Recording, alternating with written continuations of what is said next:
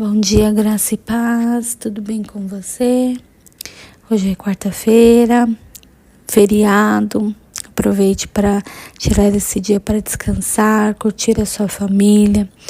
Talvez você vai aproveitar aí para faxinar a sua casa, mas esteja ligadinha com o Senhor, amém? E hoje eu quero trazer a continuação do nosso livro, Esposa e Mãe. Estamos lendo o capítulo 12, um capítulo bem extenso. Eu vou ler ele pausadamente, sem pressa, amém? E eu quero continuar. E o título de hoje é Deixe que Deus se preocupe com o seu marido. Foi difícil para mim começar a ceder, porque eu sou por natureza uma pessoa obstinada e dominadora.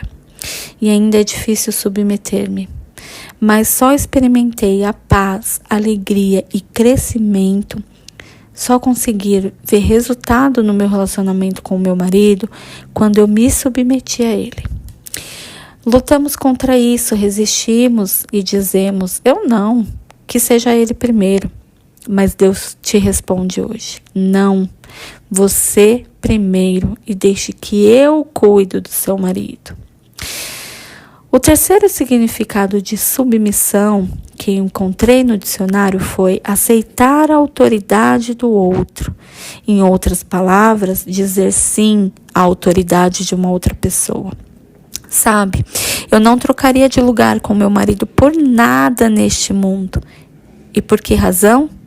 Porque ele tem que aceitar a autoridade de Jesus Cristo. Ele é responsável perante Jesus, quer seja crente ou não.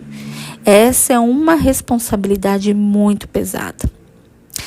É gostoso pensar, que bom, posso ficar aqui sentada sobre a sombra do meu marido e sentir que serei bem cuidada se apenas submeter-me a ele. É isso que Deus me dá quando eu me submeto ao meu esposo. O quarto significado de submissão é este, ceder sem murmurar. Essa espécie de submissão me faz lembrar do versículo, fazei tudo sem murmurações nem contendas, que está em Filipenses 2,14. O quinto significado de submissão é quase sempre ignorado por nós. No momento em que ouvimos a palavra submissão, pensamos logo em subserviência e começamos a nos rebelar contra ela. Dizemos, não quero me submeter porque isso indica que eu devo ser capacho. Porém, Deus afirma, não tenho capachos em meu reino.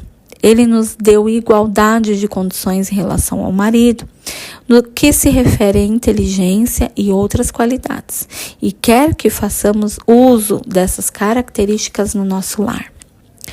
O sexto significado de submissão é ceder sua própria opinião. Submetermos nossas opiniões ao marido, isso não é um direito, mas uma responsabilidade. Se estiver convencida de que seu marido está no caminho errado, ore para que Deus lhe dê a atitude certa a ele. Submeta então a ele a sua opinião. O que ele fizer fica entre ele e o Senhor. Se agir com a atitude certa, repentinamente ouvirá o seu marido repetindo as suas palavras como se fosse ideia dele. Em vez de olhar para ele e dizer, bem, eu que disse, você ora silenciosamente. Obrigada, Senhor, por operar na vida do meu marido. O meu marido diz que uma das melhores coisas em nosso casamento é o fato de eu nunca ter tido medo de avisá-lo quando ele faz algo que possa parecer ridículo diante de outras pessoas. Isso foi possível porque adotei uma atitude certa. Tenho certeza de que muitas vezes expresso a minha opinião a ele com uma atitude errada.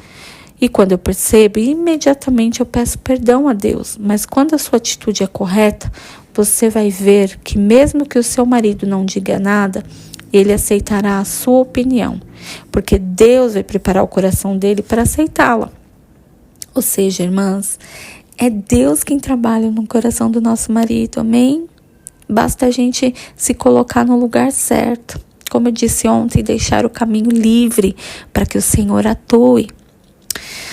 Deus dá algumas vezes às mulheres uma percepção que falta aos maridos. Isso é parte do nosso desempenho como ajudadoras idôneas. Mesmo que aparentemente ele não aceite a sua opinião, você tem a responsabilidade de oferecê-la. A palavra de Deus nos dá uma ilustração belíssima de submissão que nos inspira verdadeiramente reverência. Em Efésios 5:33, o versículo começa com o marido. Não obstante, vós, cada um por si, sem exceções, também ame a sua própria esposa como a si mesmo. É isso que o meu e o seu marido deve fazer. Você então pode falar, mas ele não faz.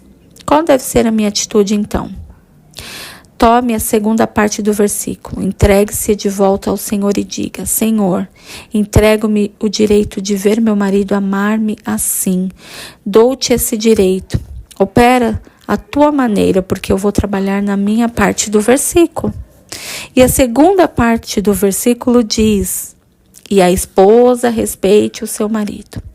Esta ideia de respeito é muito ampla, incluindo o seguinte: ela deve ter consideração por ele, honrá-lo, dar-lhe preferência e estimá-lo, acatá-lo, elogiá-lo, amá-lo e admirá-lo muitíssimo.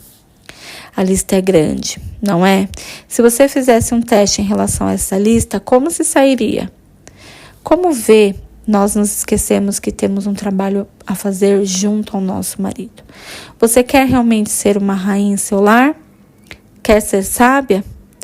Quanto mais depressa fizer o seu marido sentir-se como um rei, como um sacerdote, como cabeça da sua casa, tão mais rapidamente ele vai te tratar como você quer.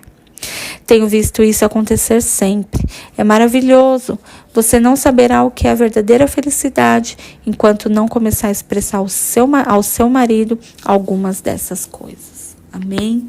Hoje eu vou parar por aqui, né? Um capítulo, esse texto, essa parte que eu li hoje também é complexa.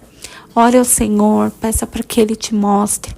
Talvez você fale, mas eu já sou submissa, mas ainda não tem visto frutos no seu casamento. Então peça para o Senhor revelar, mostrar, talvez uma coisa pequena, simples, que você pode mudar, né? Que vão se mover tantas outras coisas no mundo espiritual. Que o Senhor fale o seu coração e te ajude para fazer as mudanças necessárias. Amém? Que Deus abençoe seu dia.